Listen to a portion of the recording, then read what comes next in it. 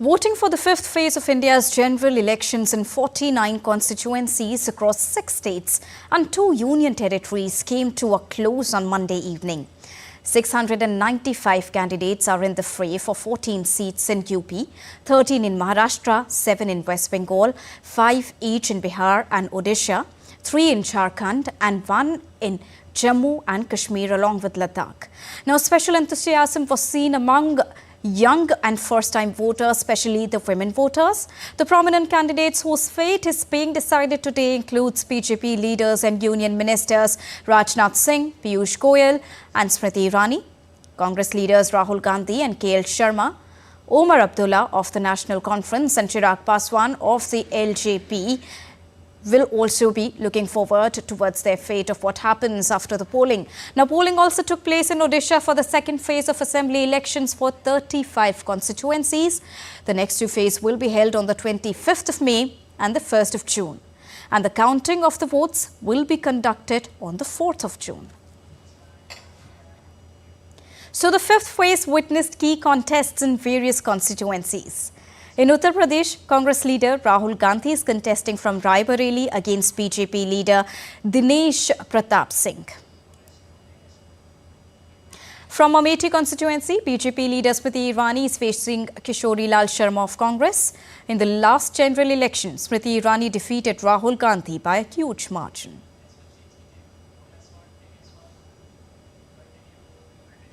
BJP's Minister Rajnath Singh is seeking his third term from Lucknow seat in this election.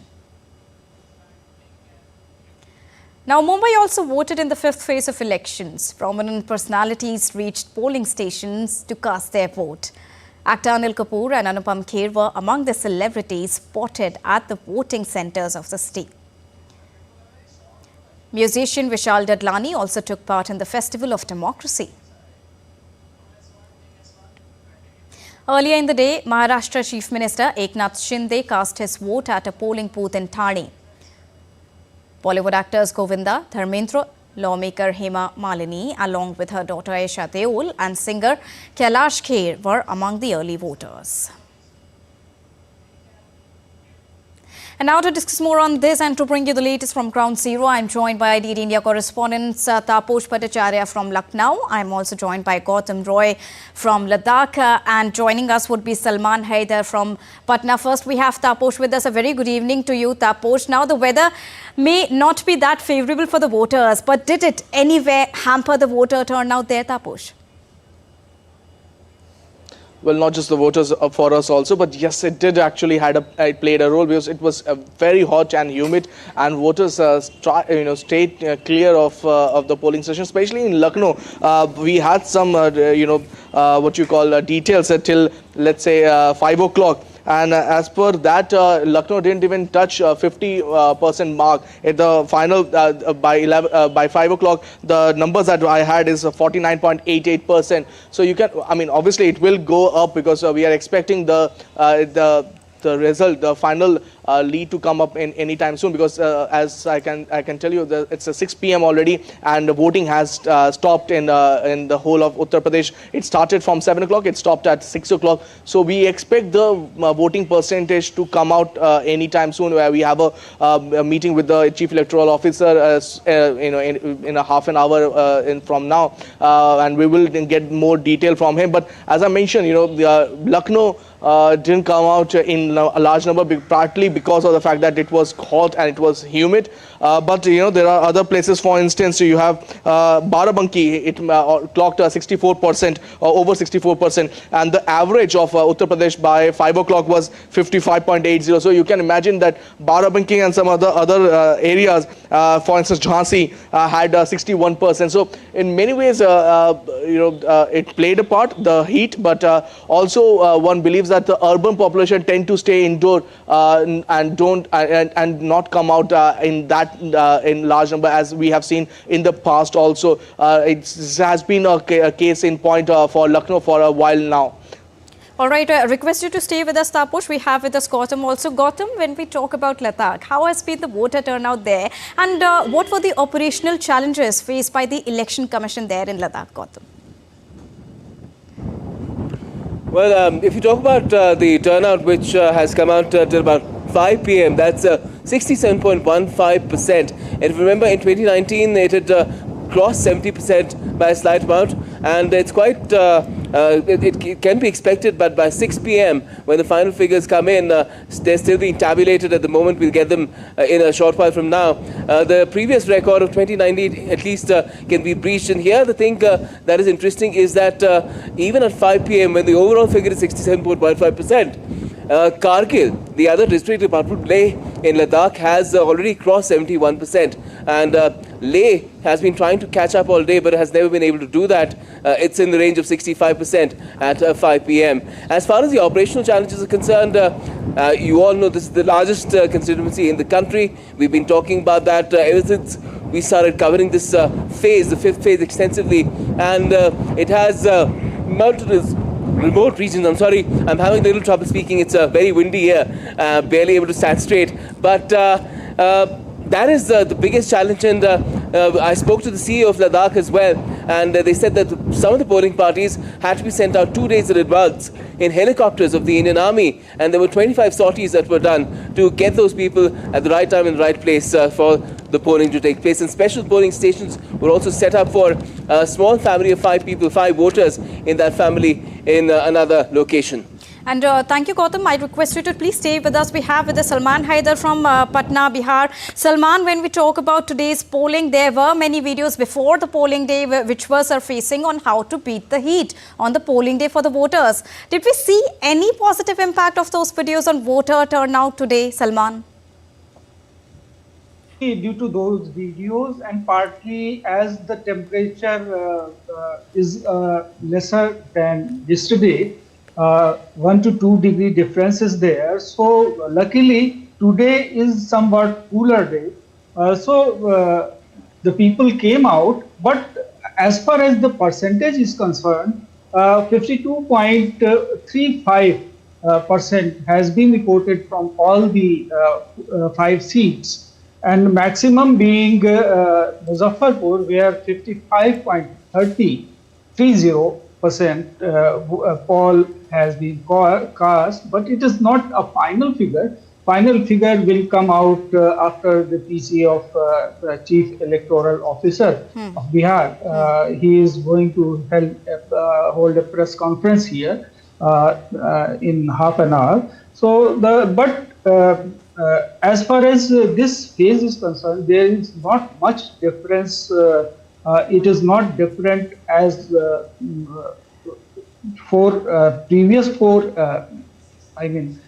phases of elections. Okay. Only 1 or 2% difference is there. Let the final figure come, then we will be able to tell if there is any major change in percentage. All right. We have with us Taposh. Coming back to you, when we talk about special preparations, what were the special preparations put up there, especially for female voters? Because we've seen pink booths have been allotted to many of the polling stations there. So what were the polling preparations for women in particular, Taposh?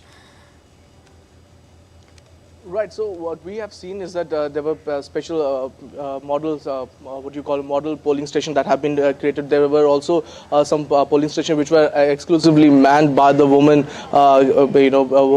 people, workers, especially electoral officers. And then we also saw in each and every polling booth, special queues and special places were given, for the female voters to come and vote and to cast their vote. In fact, the one where I am right now, it had special areas where female voters can come easily and cast their vote without having to stand in a queue that generally we see. But as I mentioned, it's just not those the women voters, especially able voters. Also, they were also given a special due, and Election Commission went out of its way to make sure that this is not just a free and fair election, but it also provided justice to the all section of the society. That's something that a lot have been talked about how India can go further up. It's been a while that Election Commission has provided free and fair election, but to go that extra mile, to go get that extra bit, to provide that comfort level to the voters, that's something that a lot of people were talking about. Even in this particular heat and humidity, we saw people, the voters were given shades, they provided waters, and ORS in the polling booth, so that if there is an emergency that turn up, they can handle that. So overall, thumbs up to the way the Election Commission has conducted this particular phase of election, and it's not over, as mentioned earlier. Also, 41 seats still in UP. This is the 5th phase. There will be 2 more phases to go in this particular phase, and one believes that Election Commission will again roll out the same kind of courtesy that they have rolled out to the female voters. Again, as I mentioned, 41 votes are 41 parliamentary constituency will go to votes. It's very, very important for the ruling BJP to make massive inroad in that, because in this particular phase, 14 parliamentary constituency went to polls. 13 were last time won by BJP, and if BJP wants to have a say of touching the 400 magical mark that they have been talking about, it is imperative that they have a massive inroad in the 80 parliamentary constituency that UP has. The road to Delhi, the capital, goes through UP, and one who holds the maximum number of votes, maximum number of constituency in UP has the most chances of forming a government in Delhi, the center of power. All right, thank you so much, Taposh. Now coming back to you, Gautam, when we talk about the challenges that you told that the EC had faced, putting across so many polling stations there in Ladakh, it's not an easy task. But when we talk about the issues, what were the issues that the voters were looking at this time on this day of polling, Gautam? Well, probably not too many polling stations as such, because Ladakh doesn't really have too many voters, roughly 184,000, so 577 polling stations altogether. But it's just that the logistics of it is completely off the charts if you look at the way this work has been carried out. As far as the people's aspirations are concerned, we all know that every part of the country wants development, and in the case of Ladakh, development has to be sustainable as well. It's a highly eco-sensitive zone.